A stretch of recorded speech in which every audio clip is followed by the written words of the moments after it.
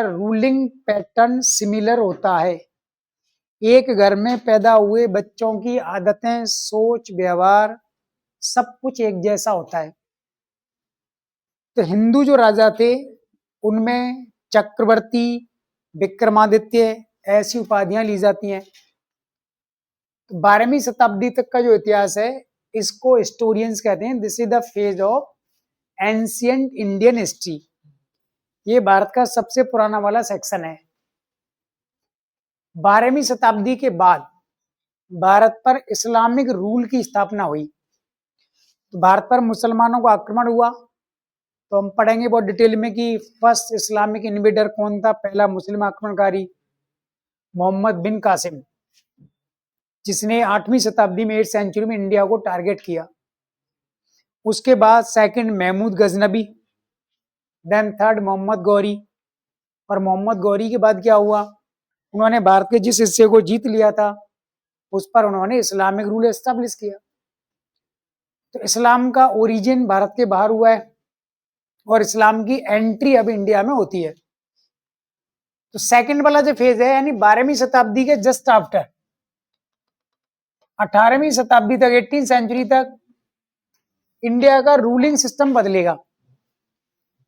अब Muslim culture से कोई व्यक्ति भारत में राजा बनेगा तो मुस्लिम धर्म में राजा का नाम क्या होता है, हाँ, रूलिंग प्रिंसिपल्स क्या होते हैं, ये हिंदू सिस्टम से अलग जाएंगे। अब देखिए, हिंदू धर्म में तो राजा को राजा, महाराजा, चक्रवर्ती, विक्रमादित्य कहेंगे। इस्लाम का जब रूल स्टार्ट होगा 12वीं शताब्दी के बाद इंडिया में, तो वहां पर राजा, महाराजा, चक्रवर्ती, विक्रमादित्य ये सब नहीं चलता। वहां क्या चलता है, सुल्तान, बादशाह, बादशाह कैसे बोलते। तो दिल्ली सल्तनत के सुल्तान, देन मुगल बादशाह। तो नाम बदल गया, नाम के साथ कल्चर बदलेगी। हाँ, तो हिंदू राजाओं की जो भाषा है प्राकृत भाषा और इंडियन लैंग्वेज है। इस्लाम के साथ पर्शियन लैंग्वेज, फारसी भाषा की एंट्री होगी, अरेबियन लैंग्वेज एंटर करेगी, टर्किश लैंग्वेज, तुर्की भाषा आएगी। अब बात मतलब इस्लाम के अकॉर्डिंग सोसाइटी के rules, religion, culture, everything shall be change. तो 12वीं शताब्दी से लेकर के 18वीं शताब्दी तक लगभग 600 साल तक भारत पर मुस्लिम रूल स्थापित रहा। 600 ईयर्स के इस लॉन्ग ड्यूरेशन में इंडिया में इस्लाम ने अपने आप को काफी स्ट्रेंथन बनाया, मजबूत किया, अपनी जड़ें गहरी की।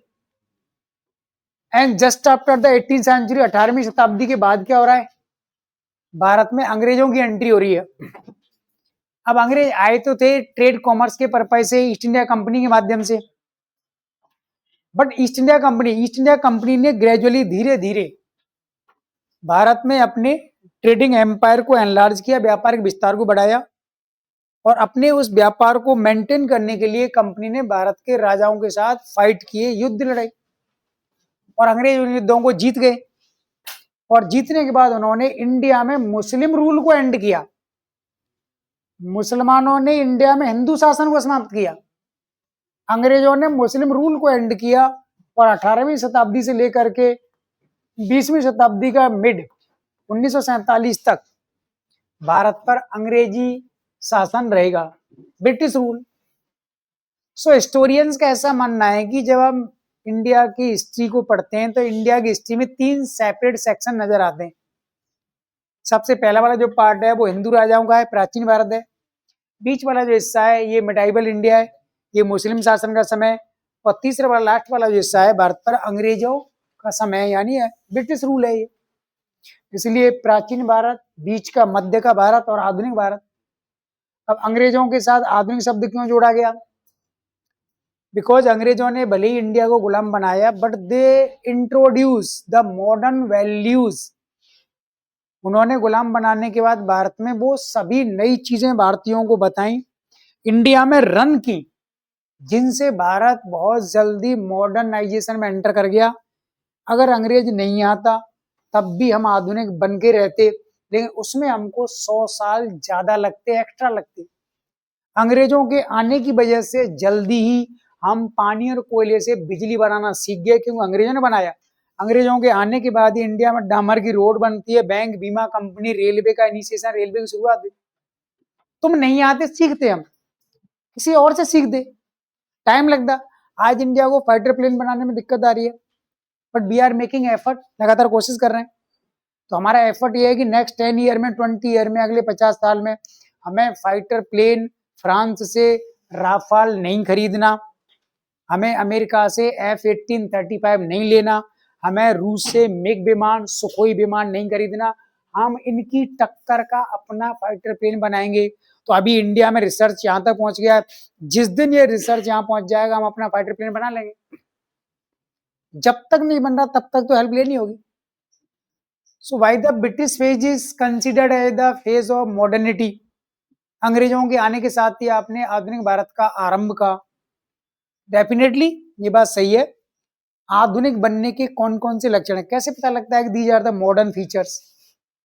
जिस देश में रोड हो, कच्ची नहीं पक्की, वो भी डामर की, मॉडर्न फीचर।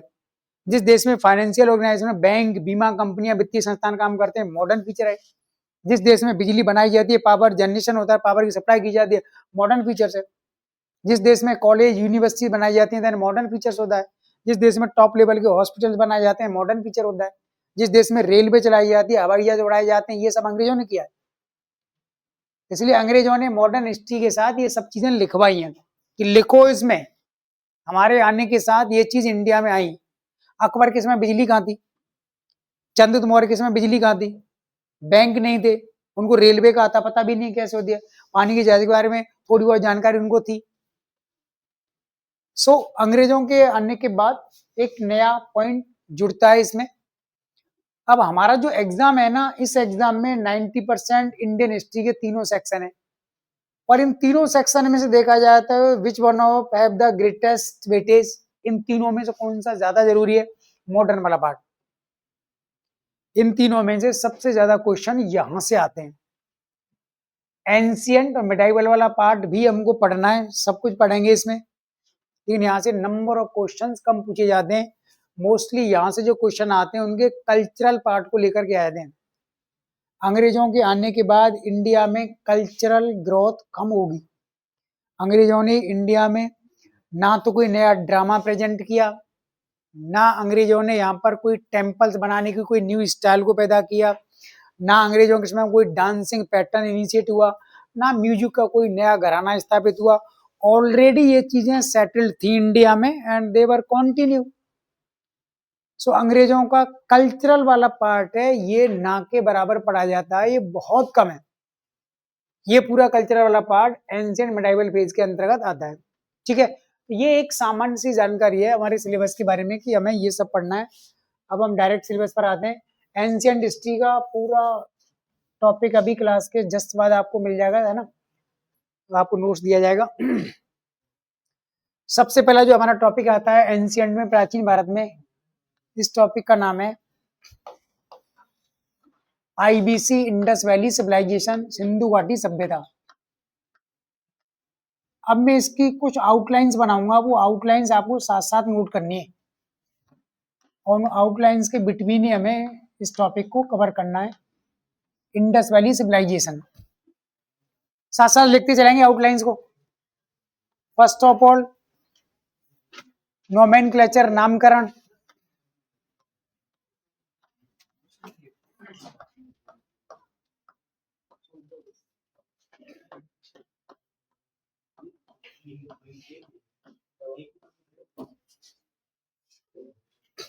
और हर टाइटल के नीचे 3-4 लाइन का स्पेस छोड़ेंगे, कुछ अगर हमें नोट करना है तो। टॉपिक बनाएंगे एंशिएंट इंडिया। एंशिएंट इंडिया में पहला पॉइंट सिंधु घाटी सभ्यता या सिंधु सभ्यता। आईबीसी, इंडस, आई से, वी से वैली, सी से सिविलाइजेशन। अब आईबीसी में ये हमें आउटलाइंस नोट करनी है। पॉइंट 1 में हम ये पढ़ेंगे नोमेनक्लेचर। सेकंड पॉइंट आता है इसका पीरियड यानी समय, काल या समय, कौन से पीरियड की ये सिविलाइजेशन है, 2600 टू 1900 बीसी, इतने ड्यूरेशन की ये सिविलाइजेशन है।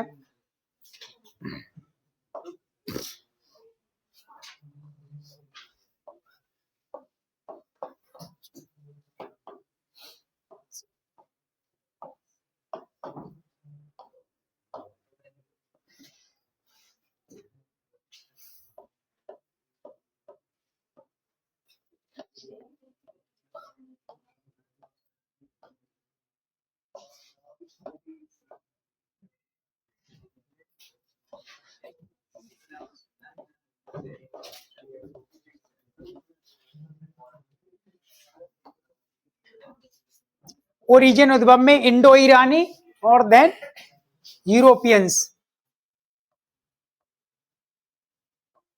Fourth points capital. इस सभ्यता में राजधानी, कितनी राजधानी बनाई गई थी और कहां थी ये सभी।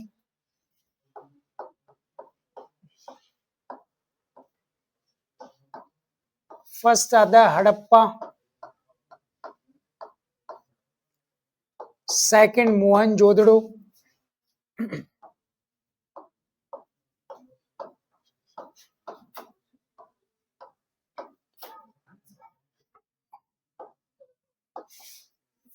मोहनजोदड़ो।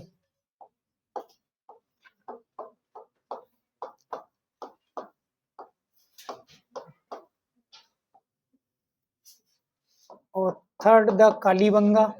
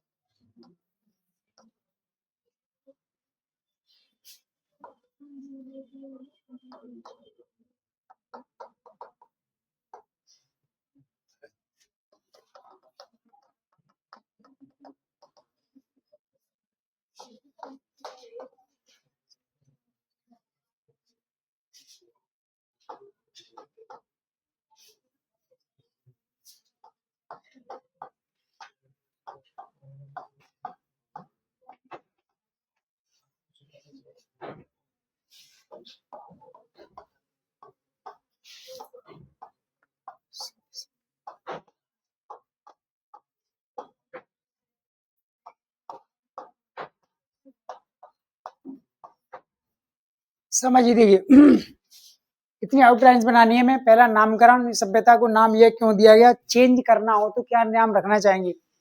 सेकंड, कितनी पुरानी ये सभ्यता है और हम इसको क्यों पढ़ रहे हैं इतनी पुरानी चीजों को। थर्ड, ये सभ्यता कैसे पैदा हुई, कोई भी गांव शहर बनता है देन उसका एंड होता है। फिर कैपिटल सिटीज और देन फिर फीचर्स, काफी सारे इसके फीचर्स आएंगे। फर्स्ट ऑफ ऑल इसका नोमेनक्लेचर, नामकरण। इंडस एक नदी है जिसको हम कहते हैं हिंदी में सिंधु नदी। इंडस रिवर इंडिया के बाहर, आउटसाइड इंडिया, तिब्बत में मानसरोवर झील से ओरिजिन होता है, इंडिया में लद्दाख से प्रवेश करती है, कश्मीर यानी पीओके होते हुए पूरे पाकिस्तान में जाती है और अरब सागर में इसका एंड होता है। ये सिंधु नदी है। इस सिंधु नदी के किनारे ही इस सभ्यता के अधिकांश व्यक्ति रहते थे। पुराने समय में भी नियम था और आज भी है, जहां पर फ्रेश वाटर सोर्स होता है, मीठे पानी का सोर्स होता है, ह्यूमन सेटलमेंट के लिए this is one of the most attractive element. सबसे ज्यादा व्यक्ति मीठे पानी से प्रभावित होता है। अगर आपको अफसर बनने के बाद कहीं मकान बनाना है, प्लॉट लेना है, तो आप सबसे पहले ये देखोगे कॉलोनी मीठा पानी है कि नहीं। अगर नहीं है और बहुत सस्ता मिल रहा है तो आप कभी भी नहीं जाओगे, खारा पानी है। यहाँ पैसा नहीं लगाना, इन्वेस्ट नहीं करना। तो पानी मनुष्य की, मानव सभ्यता की सबसे प्राइमरी नीड्स है। तो सिंधु नदी, हमने ज्योग्राफी में पढ़ा है कि सिंधु के नीचे से जो 5 सहायक नदी आएंगी तो पूरा एक इंडस सिस्टम बनता है। और इस फ्रेश वाटर अवेलेबिलिटी के कारण ही ये सभ्यता यहाँ से लेकर के यहाँ तक पूरे क्षेत्र में ये फैली हुई थी। तो जो सिविलाइजेशन सिंधु नदी और उसकी सहायक नदियों के किनारे थी उसे हम सिंधु सभ्यता या सिंधु नदी सभ्यता कहते हैं, इंडस वैली सिविलाइजेशन। अब देखिए थोड़ा बैक में, फ्लैशबैक में या हिस्ट्री में जाएंगे। जब भारत में अंग्रेजों का शासन था तो अंग्रेजी सरकार ने इस पंजाब कश्मीर वाले क्षेत्र में रोड और रेल नेटवर्क का विस्तार किया। तो अंग्रेजों ने इस क्षेत्र में, क्योंकि पंजाब प्रांत अंग्रेजों के पास था, उत्तर पश्चिम सीमा प्रांत अंग्रेजों के पास था, इनमें उनको रोड बनानी है, डामर की रोड, और रेल की पटरियां बिछानी है।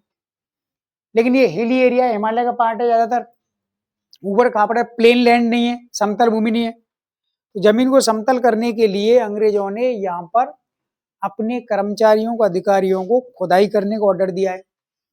अभी ऑर्डर किसने दिया है?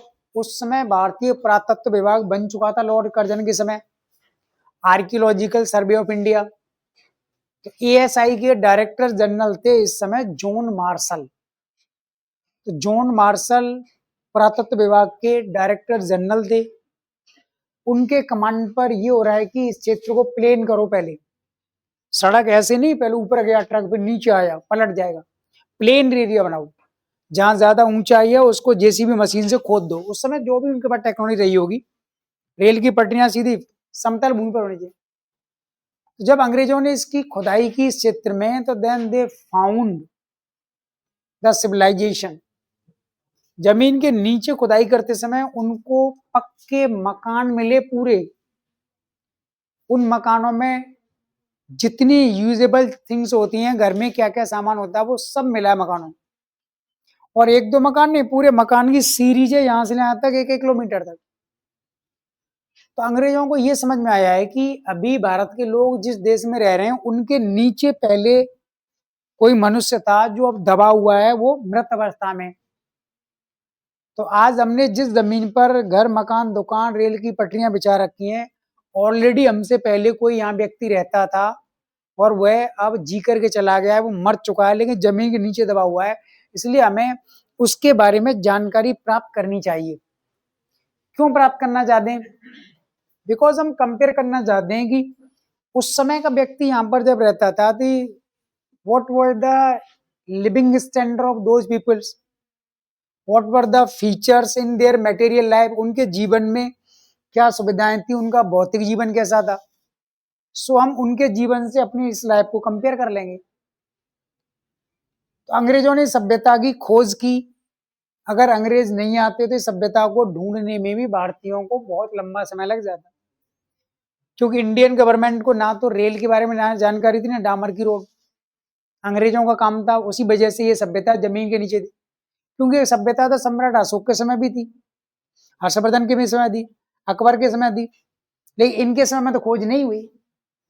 ये तो राजा थे, ये तो जमीन पर युद्ध लड़ रहे थे, इनको यही नहीं पता हम जिस जमीन पर युद्ध लड़ रहे हैं वहां नीचे ऑलरेडी कोई सभ्यता है, वहां हजारों लाखों लोग मर चुके हैं और जमीन के नीचे दबे हुए, उनको खोद करके देखा जाए।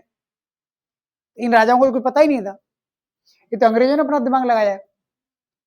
तो जॉन मार्शल एक अंग्रेज अधिकारी हैं और दो भारत के विद्वान हैं, अफसर हैं, दयाराम साहनी और राखाल दास बनर्जी, आर डी बनर्जी। तो कई बार पूछ लिया जाता है कि भाई सिंधु घाटी सभ्यता की खोज किसने की? तो आर डी बनर्जी, राखाल दास बनर्जी और दयाराम साहनी का नाम लिया जाता है। दोनों ही जॉन मार्शल के असिस्टेंट हैं। तो जॉन मार्शल तो डिपार्टमेंट का हेड है, उसके साथ दो भारत के अधिकारी जुड़े हुए हैं। तो इस सभ्यता की खोज करने वाले दो लोग, क्योंकि दयाराम साहनी ने हड़प्पा शहर खोजा जो आज पाकिस्तान के पंजाब प्रांत में, और राखाल दास बनर्जी ने मोहनजोदड़ो शहर खोजा जो पाकिस्तान में, सिंधु नदी के किनारे, दोनों ही पाकिस्तान में, और यहीं से सभ्यता की शुरुआत होती है। तो आपने ही इन शहरों को खोजा था। तो 1921 में 1921 में हड़प्पा की खोज की दयाराम साहनी ने, और मोहनजोदड़ो की खोज 1 साल के बाद 1922 में देन राखाल दास बनर्जी ने की। इस सभ्यता में 1000 से ज्यादा स्थल हैं। The civilization has more than 1000 site. 1000 से ज्यादा शहर और गांव मिट्टी के नीचे दबे हुए हैं। उनको आर्कियोलॉजिकल डिपार्टमेंट ने खोज लिया है, उनके बारे में पूरा डॉक्यूमेंटेशन सरकार के पास आज है। तो 1000 तो टोटल स्थल आ गए। सबसे पहला साइट कौन सा था? That was the Harappa. दूसरा स्थल मोहनजोदड़ो। किसने खोजा हड़प्पा? दयाराम साहनी। मोहनजोदड़ो किसने खोजा? राखाल दास बनर्जी। खोजने के बाद आपने डॉक्यूमेंट्स बनाए, लिखा कितने मकान मिले, मकान में एंट्रेंस गेट कौन सी साइड से होता था, मकान के अंदर कितने दरवाजे थे, hall, then first floor, second floor, ये सब था। मकान के अंदर क्या कुएं होते थे, मकान के गंदे पानी को बाहर लाने के लिए नाली थी, ड्रेनेज थी। हाँ, पूरे शहर का गंदा पानी ड्रेन होता था शहर से बाहर। हाँ, तो ये सारी फीचर्स हैं उसमें। ये दोनों स्कॉलर पूरी लिस्ट बनाएंगे, और लिस्ट बनाने के बाद ये लिस्ट किसको देंगे? जॉन मार्शल को। जॉन मार्शल डिपार्टमेंट के हेड हैं, सबसे बड़े अंग्रेज अधिकारी हैं वो। अब जॉन मार्शल क्या करेंगे? इन सभी डेटा के आधार पर इंग्लैंड के टॉप न्यूज़पेपर में इन डेटा को पब्लिश करेंगे, और दुनिया को ये बताएंगे कि देखो, मैंने भारत में एक बहुत बड़ी महान सभ्यता को खोजा है। भारतीय लोगों को तो कुछ नहीं पता था, भारतीय लोग तो सो रहे थे। I have discovered a glorious civilization in India. मैंने महान सभ्यता को खोजा है, इसलिए दुनिया की किताबों में जब लिखा जाएगा सिंधु घाटी सभ्यता की खोज किसने, तो जॉन मार्शल का नाम सोने के अक्षरों में जाएगा, स्वर्ण अक्षरों में। कब तक रहेगा? जब तक पृथ्वी सूर्य चंद्रमा रहेंगे तब तक जॉन मार्शल का नाम रहेगा। ये इसके मन में लालच आ गया। मैं इंग्लैंड के सभी न्यूज़पेपर में पब्लिश कर रहा हूं इस इंफॉर्मेशन को। अब इंग्लैंड के और दुनिया के वैज्ञानिकों ने, पुरातत्वविदों ने देखा कि यार इंडिया में कोई नई सिविलाइजेशन डिस्कवर, आपको पता है क्या कोई न्यू सिविलाइजेशन डिस्कवर हुआ है? जॉन मार्शल ने क्लेम किया। देखो रोजाना आर्टिकल आ रहा है पेपर में, और पूरी साइंटिफिक इंफॉर्मेशन है। तो कुछ विद्वानों ने इंडिया को विजिट किया, हम भी देखते हैं कि झूठ तो नहीं बोल रहे जॉन मार्शल। आंखों से देख करके आएंगे, फिजिकल वेरिफिकेशन। जब ये प्रूव हो गया कि नहीं, भारत में एक सभ्यता खोजी गई है, मिस्र की सभ्यता, मेसोपोटामिया की सभ्यता, देन माया सभ्यता साउथ अमेरिका में, चाइनीज सिविलाइजेशन, चीन की सभ्यता, हाँ, सो मैनी सिविलाइजेशन थी, उनके बारे में जानकारी। तो भारत की सभ्यता के बारे में जानकारी क्यों नहीं है? तो जॉन मार्शल ने इस सिविलाइजेशन के बारे में पूरी इंफॉर्मेशन को पब्लिकली बता दिया दुनिया को। दुनिया को पता लग गया, इस पर मोहर लगा दी कि हाँ, यह एक बहुत बड़ी सभ्यता है। इसलिए जॉन मार्शल के पर्सनल अकाउंट में या उनको निजी रूप से सभ्यता का क्रेडिट चला गया। कोई भी आदमी ये तो चाहता है कि जीवन काल में, मरने के बाद भी लोग मुझे याद रखें। मैं नाम के रूप में, मूल्यों के रूप में, संस्कार के रूप में हजारों हजारों साल तक जिंदा रहना चाहिए। शरीर ही तो मरेगा। मैंने जो अच्छे काम किया उसको लोग गाएंगे, गुनगुनाएंगे, मैं हमेशा जिंदा रहूंगा इन बातों में। तो जॉन मार्शल ने ये वाला दिमाग लगाया, और 1924 में, 1924 में, उस समय इंग्लैंड का नहीं, दुनिया का सबसे महान मैगजीन और न्यूज़पेपर थी लंदन इलस्ट्रेटेड न्यूज। इसमें आर्टिकल्स पब्लिश किए इसने, और उसके बाद कंबाइन करके उसको इंडस वैली सिविलाइजेशन इन्होंने नाम दे दिया। सो जॉन मार्शल का कंट्रीब्यूशन तो काफी बड़ा है उस समय। जॉन मार्शल ने इसको नाम दिया। अब आगे कहानी ये जाती है कि भाई इस सभ्यता का नाम सिंधु घाटी सभ्यता सही नहीं है, कुछ और नाम बदलो इसमें। Indus civilization is not a appropriate name. तो फिर क्या नाम होना चाहिए इसका दूसरा? हड़प्पन सिविलाइजेशन। हड़प्पा सभ्यता रहो इसका नाम। अब क्यों रखें, आपको लॉजिक देना होगा। हड़प्पन सिविलाइजेशन और सिंधु घाटी सभ्यता नाम क्यों चेंज करना चाहते हो? क्योंकि सिंधु सभ्यता से तो ये नाम से हो रहा है कि जो इस नदी के किनारे आसपास रहते थे वही लोग इस सभ्यता के हैं। लेकिन इस सभ्यता के लोग यहाँ गुजरात में रहते हैं, राजस्थान में रहते हैं, कालीबंगा में, महाराष्ट्र में है, वेस्टर्न एमपी में, यूपी में, यहाँ तक है। लेकिन यहाँ तो सिंधु नदी बहती नहीं है, तो ऊपर से जा रही है, साग नदी भी ऊपर से ही है। तो क्या इन लोगों को इस सभ्यता का ओरिजिनल पर्सन माना जाएगा? नहीं माना जाएगा? माना जाएगा, लेकिन नाम चेंज करो।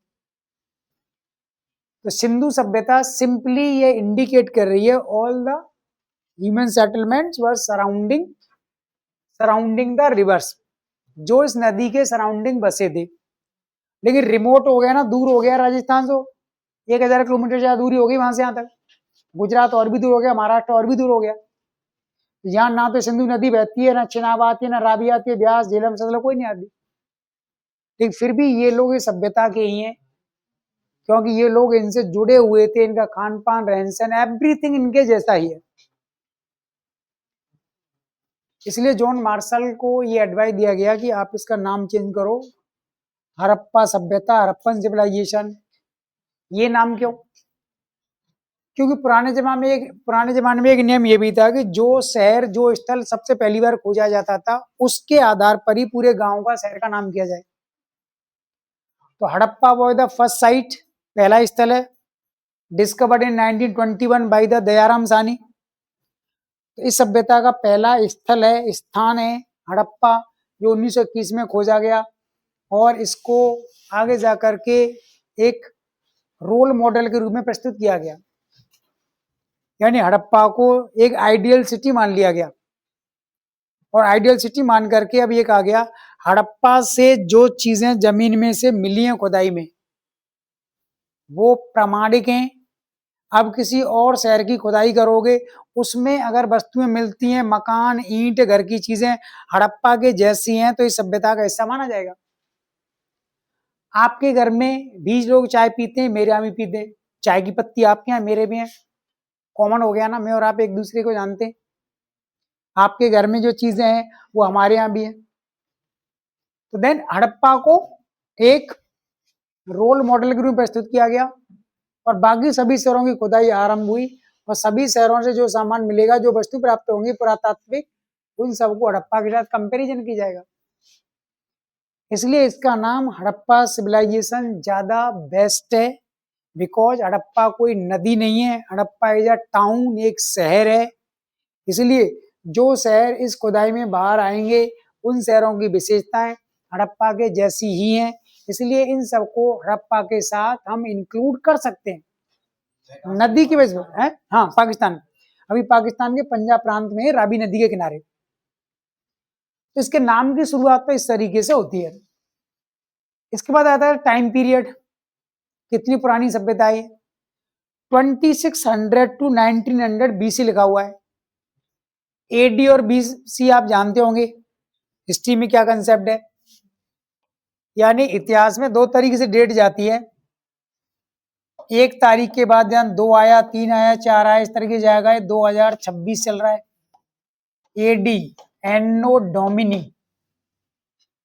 फ्रेंच टर्म एनो डोमिनी, देन इसको फिर इंग्लिश में ट्रांसलेट किया गया ईसवी सन, 1 से लेकर 2026 तक। एक के पीछे जाएंगे तो जीरो पर माइनस में जाएंगे, एक से पीछे लौटेंगे माइनस में जाएंगे। तो इसको बीसी क्यों लिख रहे हैं, बिफोर क्राइस्ट। अभी इसको बिफोर द कॉमन एरा लिखा जाता है। अब देखिए, जब दुनिया में इन सभी चीजों को नोट डाउन किया जा रहा था तो उस समय ईसाइयों ने दिमाग लगाया। दुनिया में जब किताबें लिखी गई तो सबसे पहले ईसाइयों ने कहा कि किताबों में टाइमलाइन को लेकर दिक्कत आएगी, तारीख कैसे मेंशन करोगे। आज आपको कैसे पता लगा बुधवार है, आप कहोगे कल मंगलवार था, मैंने मंगलवार को हटा दिया, अब बताओ बुधवार कैसे। अब कहोगे कि कल बृहस्पतिवार आएगा, उससे जस्ट पहले बुधवार आता है, बृहस्पतिवार भी हटा दिया, अब बताओ बुधवार कैसे आया। मतलब आप क्या रेफरेंस ले रहे हो, बुधवार से जस्ट पहले मंगलवार आता है, गारंटीड बुधवार आएगा मंगलवार के बाद। अगर मैं रेफरेंस को हटा लूं तो फिर डे को डिसाइड करने में दिक्कत आएगी। तो वैसे ही अंग्रेज ये कह रहा है कि दुनिया की किताबों में जो डेट लिखी जाएंगी ना, उस डेट के लिए कोई एक रेफरेंस बनाओ कि उसके आधार पर हम तारीखें लिखेंगे। और रेफरेंस के लिए इन्होंने क्या लिखा, ईसा मसीह, जीसस। ईसा मसीह पृथ्वी पर कब आए, उनके आगमन की तारीख को, अराइवल को क्या माना गया है, 1 तारीख माना गया है। जब ईसा मसीह पृथ्वी पर आए तो देन उसको 1 तारीख माना गया। तो मान लेते हैं ईसा मसीह आज दोपहर को 4 बजे के बाद लैंड करेंगे टोंक फाटक में मोशन अकेडमी के सामने। तो जब वो आएंगे यहाँ पर तो उससे पहले तो हमारी क्लास हो रही है, तो उनके आने से पहले हम लोग हैं, तो हमको क्या कहा जाएगा, ईसा मसीह से आने वाले पहले लोग, ईसा के पूर्व। इसलिए बीसी लिखा जाएगा, बिफोर क्राइस्ट। तो ये उल्टा लिखा जाता है, तो माइनस में जाएगा। तो यहाँ लिख रहा है ना 2600 से 1901 घट रहा है, ये बीसी में जा रहा है, तो ईसा से पूर्व।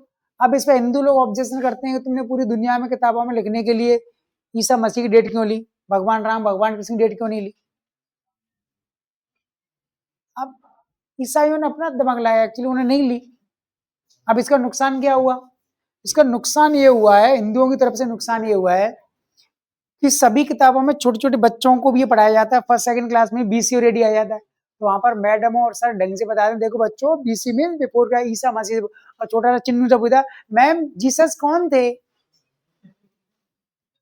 अब मैम जीसस के बारे में खुल के बता रही है 15 मिनट तक, तो ईसाई धर्म का प्रचार प्रसार फ्री ऑफ कॉस्ट पूरी दुनिया में हो रहा है, इसलिए ईसाई पूरी दुनिया में छा गए ना।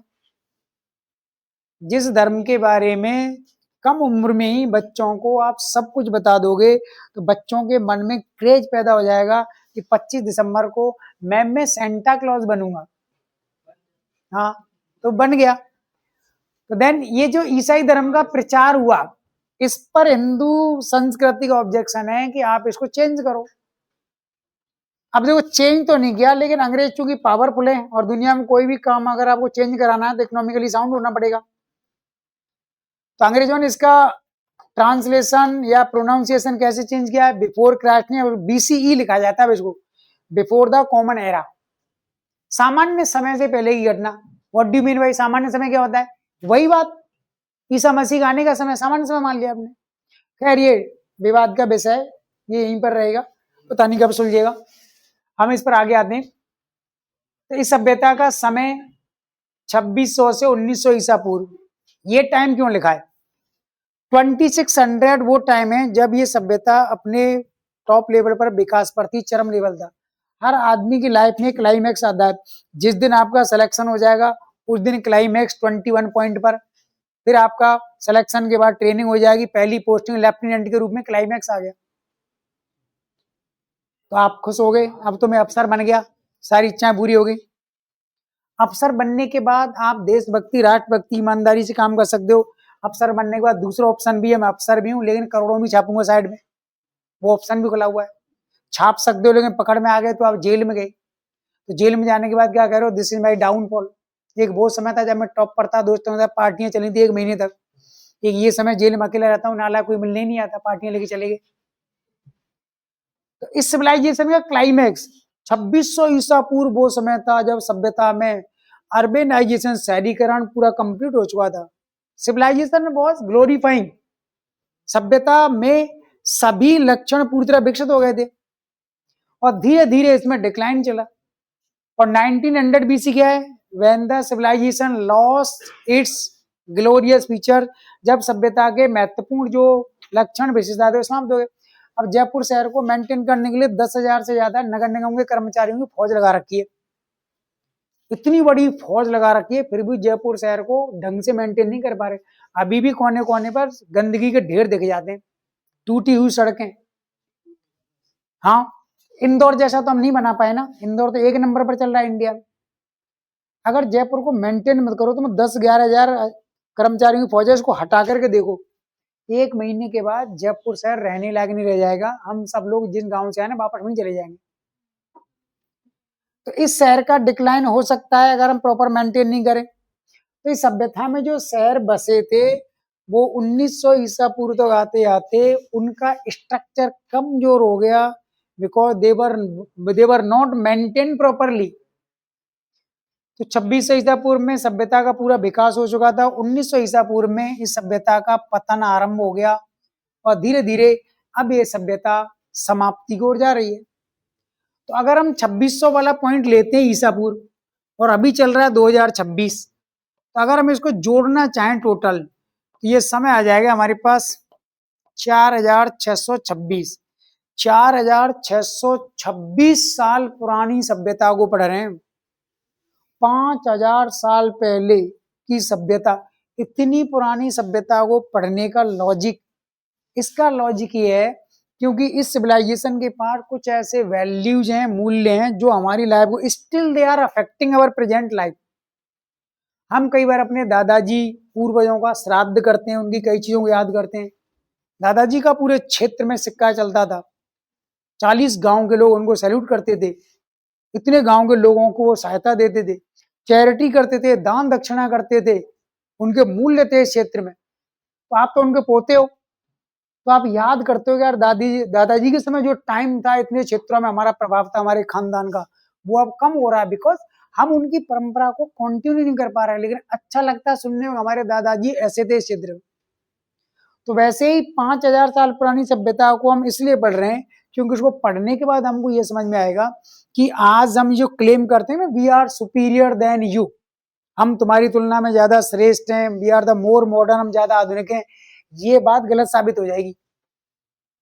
कुछ मटेरियल फीचर्स हमारे पास हैं आज, इनके पास वो नहीं थे। लेकिन जब हम वैल्यूज की बात करेंगे तो ये सभ्यता हमसे 21 निकलेगी और हम 19 पर रह जाएंगे। इसलिए इतिहास की किताबों में इसको जोड़ा गया है टॉपिक 1। उसका रीजन यही है, क्योंकि हमको पता लगना चाहिए कि 5000 साल पहले का जो व्यक्ति था, क्या उसमें इस लेवल का कॉमन सेंस था, वो इन चीजों को समझता था जिन चीजों के लिए पूरी दुनिया जद्दोजहद कर रही है, बहस हो रही है, हमारे शहर खत्म होने की ओर जा रहे हैं, वो लोग अपने शहरों को कैसे मेंटेन करते थे। सो इतनी पुरानी सभ्यता को पढ़ने का रीजन यही है। तीसरा पॉइंट इसमें आता है ओरिजिन। इतनी ग्रेट सिविलाइजेशन, महान सभ्यता किसने बनाई, हु वर द फाउंडर्स। अब देखिए, ईसाई लोगों की आदतें बहुत गंदी हैं। ईसाई ये कहते हैं कि दुनिया में जो भी अच्छा और एक्सीलेंट वर्क होता है उसके पीछे कोई ईसाई माइंड होता है। दुनिया में सबसे पहले बिजली बनाने की खोज किसने की, कोई ईसाई निकलेगा 100%। कंप्यूटर किसने बनाया, इंटरनेट, कोई ईसाई है। रॉकेट किसने बनाया, कोई ईसाई है। परमाणु बम, ईसाई है।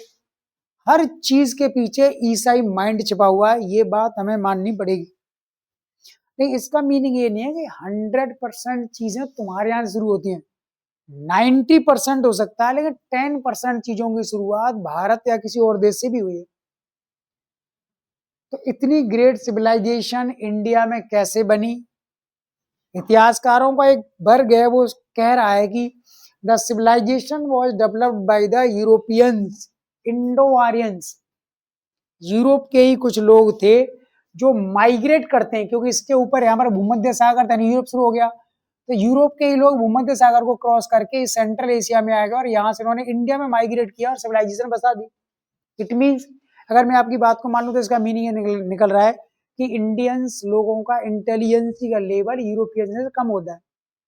तुम इतनी ग्रेट सभ्यता नहीं बना सकते थे, ये हमने बना करके दिया है, तुम उसमें रह लो। तो अगर हमारा दिमाग, हमारा इंटेलिजेंसी लेवल इतना कम है, तो फिर इंडियंस के भरोसे दुनिया की बड़ी बड़ी एजेंसीज क्यों चल रही हैं? अगर हमें दिमाग कम है तो वर्ल्ड बैंक, दुनिया के सबसे बड़ी बैंक, वर्ल्ड बैंक का अध्यक्ष कोई भारतीय मूल का है, अजय बंगा। दुनिया की टॉप एजेंसी, दुनिया का सबसे बड़ा सर्च इंजन गूगल, सीईओ कौन है? इंडिया का है कोई। अगर इंडियंस में ईसाइयों से कम दिमाग होता है तो फिर कम दिमाग वाले को टॉप चीज पर क्यों रखा आपने? इसका जवाब ईसाई सभ्यता नहीं देती है। दुनिया की हर चीज, इवन ताजमहल के लिए जब आप पढ़ोगे ना, मेडिवल हिस्ट्री पढ़ेंगे, शाहजहां ने ताजमहल बनवाया, वो तो सम्राट थे, बनवा दिया, पैसा आपने खर्च किया। राजा थे तो पैसा आप ही खर्च करोगे, अपनी पत्नी की आदम बनवा रहे हो आप। बनाया किसने? वो द आर्किटेक्ट, डिजाइनर कौन था? अब शाहजहां पे ये लिखवा रहे हैं कि उस समय एक मुस्लिम आर्किटेक्ट थे, अहमद लाहौरी, उन्होंने इसको आर्किटेक्ट किया, डिजाइन दिया, जैसे आज सिविल इंजीनियर करता है काम।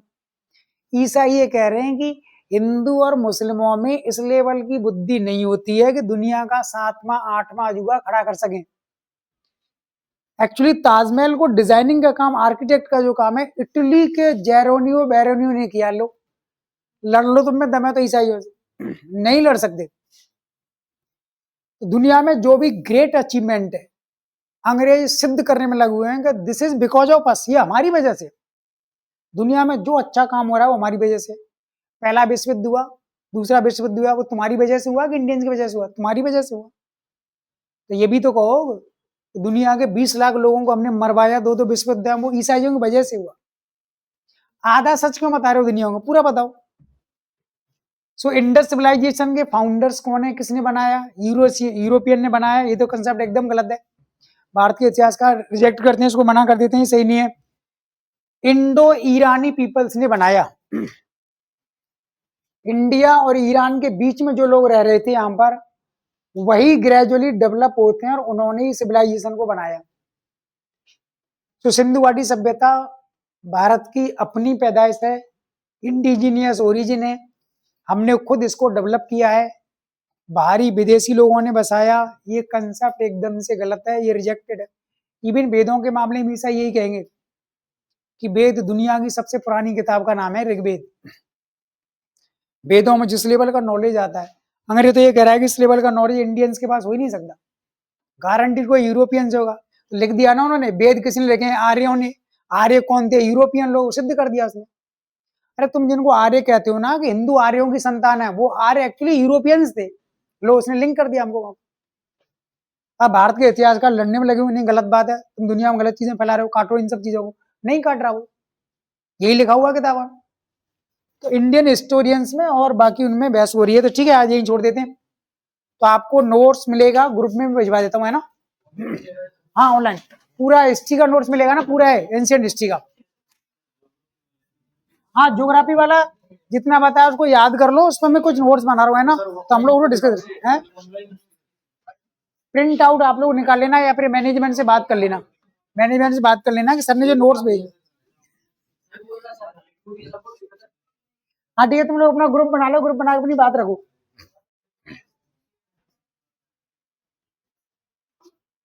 हाँ हाँ ये तो मेरे पास ही रह गया। बोल के देखो क्या